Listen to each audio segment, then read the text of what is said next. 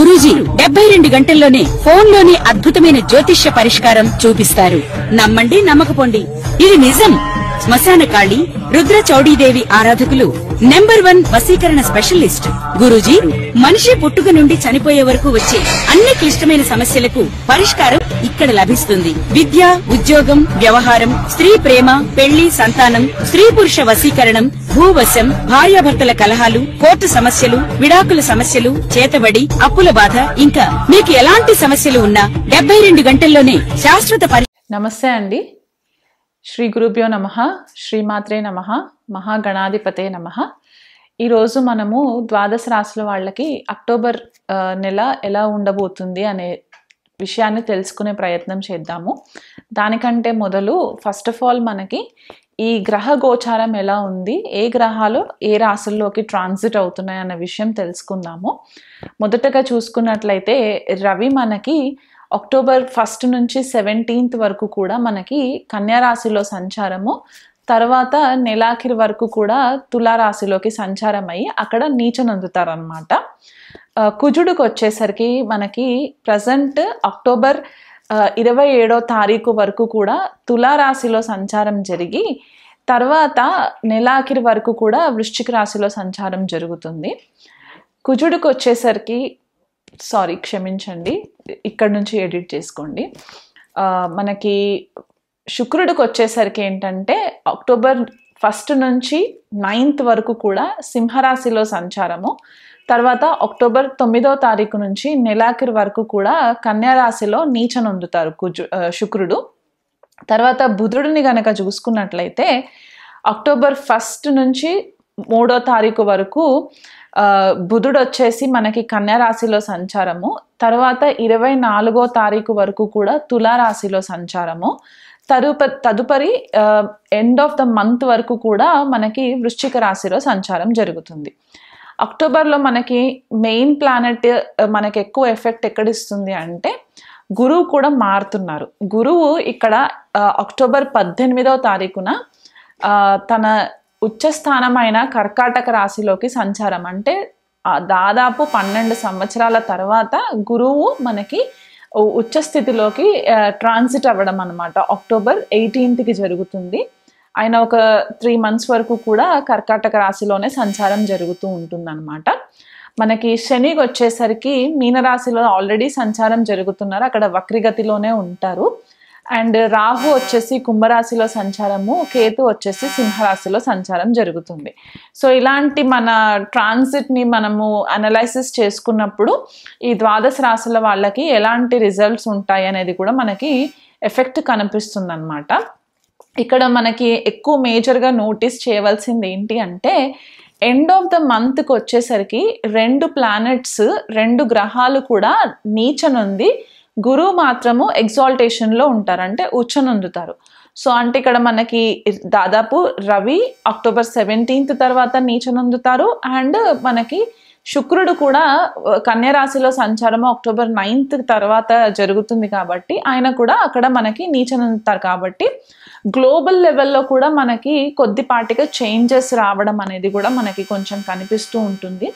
Specifically political leaders ఎవరైతే ఉంటారో, లేకపోతే వర్కింగ్ మల్టీనేషనల్ కంపెనీస్లో ఎవరైతే అధికారికమైన స్థితిలో పొజిషన్స్లో ఉంటారో అలాంటి వాళ్ళకి కొద్దిపాటిగా ఛాలెంజింగ్ సిచ్యువేషన్స్ ఉంటాయి అని చెప్పుకోవడానికి కూడా మనకి గ్రహగతుల్ని బట్టి తెలుస్తుంది అనమాట. ఎందుకంటే ఎప్పుడైతే రవి నీచం అందుతారో కొద్దిగా ఇక్కడ ఫాల్స్ ఈగో అనేది కొద్దిగా ఎక్కువయ్యి ల్యాక్ ఆఫ్ రెస్పెక్ట్ అనేది కొద్దిగా కనిపించే ఛాన్సెస్ ఉన్నాయి. కాబట్టి ఇది అందరికీ వర్తిస్తుందా అంటే కొన్ని స్పెసిఫిక్ రాసులు ఉంటాయి, వాళ్ళకి కొద్దిగా ఎఫెక్ట్ ఎక్కువ కనిపించే సిచ్యువేషన్స్ కనిపిస్తాయి. కాబట్టి అవి మనం ఇండివిజువల్గా అనాలిసిస్ చేసుకుని చెప్పుకునేటప్పుడు నేను వివరిస్తాను. కుంభరాశి వాళ్ళకి అక్టోబర్ నెల ఫలితాలు ఎలా ఉన్నాయో చూద్దామండి. కుంభరాశి వాళ్ళకి లగ్నంలోనే రాహు సంచారము, సప్తమంలో కేతు సంచారం జరుగుతుంది. అష్టమంలో చూసుకున్నట్లయితే కనుక రవి శుక్రుల సంచారం జరగడం, సప్తమాధిపతి అష్టమంలో సంచారం జరగడం అన్నమాట అక్టోబర్ 17వ తారీఖు వరకు కూడా. తర్వాత రవి అష్టమంలో నుంచి భాగ్యస్థానంలోకి తులారాశిలోకి సంచారం జరిగి అక్కడ నీచనుంది, కుజుడితో కలయిక జరుగుతుంది. ద్వితీయ కుటుంబ స్థానంలో ఆర్థిక వ్యవస్థ మనం ఏదైతే చూస్తూ ఉంటామో ఫైనాన్షియల్ ట్రాన్సాక్షన్స్, ఆ ఇంట్లో శని సంచారము వక్రీగతిలో ఉంటుంది. కాబట్టి కుంభరాశి వాళ్ళు మొదటగా చూసుకున్నట్లయితే వీళ్ళు ఇంకా ఏలినాటి శని ప్రభావంలోనే ఉన్నారు ఈ నెలలో కూడా. సో వీళ్ళకి ఈ నెలంతా కూడా కొద్దిగా గురుబలము అనుకూలంగా ఉంటుంది. అక్టోబర్ 18వ తారీఖు వరకు గురుబలం అనుకూలంగా ఉంటుంది, పంచమంలో గురు సంచారం జరగడం వల్ల. కానీ అదే గురువు వీళ్ళకి అక్టోబర్ 18వ తారీఖున షష్ఠ స్థానంలోకి సంచారం జరిగినప్పుడు ఏమవుతుందంటే సడన్గా వీళ్ళకి కొద్దిపాటిగా చేంజెస్ అనేవి కనిపించడం మొదలవుతుంది. అంటే ఇది వరకు కొద్దిగా బెటర్గా నడుస్తుంది, ఒక పాజిటివ్ మైండ్ సెట్ తోటి ఉన్న కుంభరాశి వాళ్ళకి కొద్దిగా చేంజెస్ అనేవి తెలుస్తాయి అన్నమాట. ఎందుకంటే షష్ఠ స్థానంలో గురు సంచారం అంత ఫేవరబుల్ రిజల్ట్స్ ఇవ్వదు. అండ్ అట్లాగే మనము సప్తమాధిపతి రవి అష్టమంలో సంచారం జరగడం, అందులో నీచలో ఉన్న శుక్రుడితో కలవడం ఏంటంటే మీకు కెరియర్కి సంబంధించి ఇబ్బందులు రావడము, మీ పైన కొద్దిగా కాన్స్పిరసీస్ క్రియేట్ చేయడము, సీక్రసీస్ క్రియేట్ చేయడము, మిమ్మల్ని అనవసరంగా టార్గెట్ చేయడము, ఆఫీస్ విషయాలలో మిమ్మల్ని టార్గెట్ చేయడం అనేది కొద్దిగా కనిపిస్తుంది.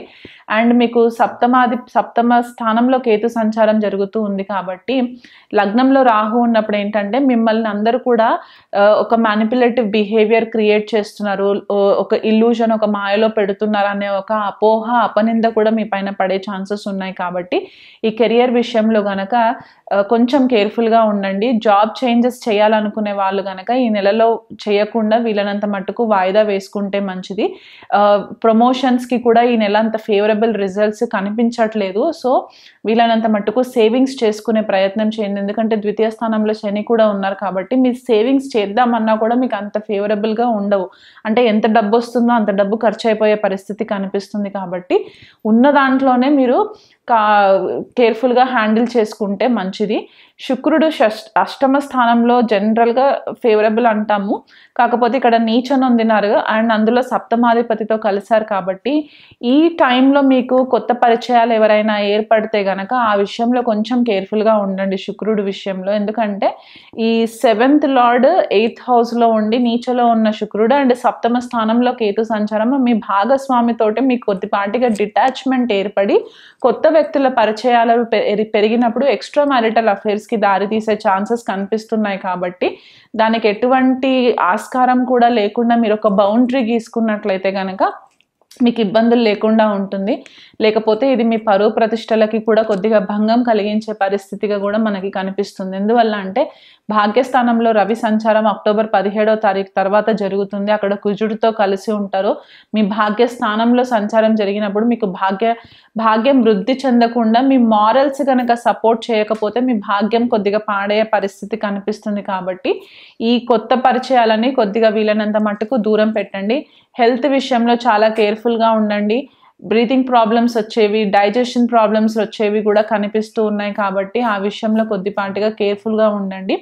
బయట ఆహారాలని ఎక్కువ తీసుకోకుండా వీలైనంత మట్టుకు హోమ్ కుక్డ్ ఫుడ్ తీసుకున్నట్లయితే మంచిది. ఇంకా సీరియస్ ఇష్యూస్ ఏమైనా ఉంటే కనుక ఇమీడియట్గా మెడికల్ సూపర్విజన్ తీసుకోవడం మంచిది. గురువుకి పరిహారాలు చేయించుకోండి. ఈ నెలంతా అక్టోబర్ 18వ తారీఖు నుంచి గురు ఫేవరబుల్ పొజిషన్లో ఉండరు. ఎంత ఉచ్చలో ఉన్నా సరే మీకు షష్ఠ స్థానంలో ఉంటారు. కాబట్టి అనవసరమైన కొన్ని చికాకులు కూడా వచ్చే పరిస్థితులు గోచరిస్తున్నాయి. కాబట్టి ఏలినాటి శని ప్రభావంలో శనికి 19 ప్రదక్షిణాలు తిరుగుతూ నవగ్రహాల చుట్టూ అండ్ శనికి తైలాభిషేకం చేయించుకోండి. గురువు బలం పెంచడానికి మీకు ప్రతి గురువారం కూడా గోవుకు గ్రాసం పెట్టే ప్రయత్నం చేసుకోండి. కొత్త పరిచయాలని అవాయిడ్ చేయండి వీలైనంత మట్టుకు. శుక్రుడి బలం పెంచుకోవడానికి శుక్రవారం రోజు కనుక మీరు లక్ష్మీదేవి ఆరాధన చేసుకున్నట్లయితే చాలా మంచిది. దగ్గరలో ఉన్న సర్పదేవత ఆలయాలు ఏవైనా ఉంటే కనుక ప్రతి మంగళవారం రోజు కూడా ఈ రాహు కేతు ఈ ట్రాన్సిషన్ అయిపోయేంత వరకు కూడా, రాహు కుంభరాశిలో నుంచి బయటికి వచ్చేంత వరకు కూడా దగ్గరలో ఉన్న సర్పదేవత ఆలయంలో ప్రతి మంగళవారం రోజు కూడా మీరు పాలు పోసి ఒక 9 ప్రదక్షిణాలు తిరిగినట్లయితే కనుక మీకు ఈ గ్రహస్థితి అంతా కూడా మీకు అనుకూలంగా ఉండడానికి కనిపిస్తుంది.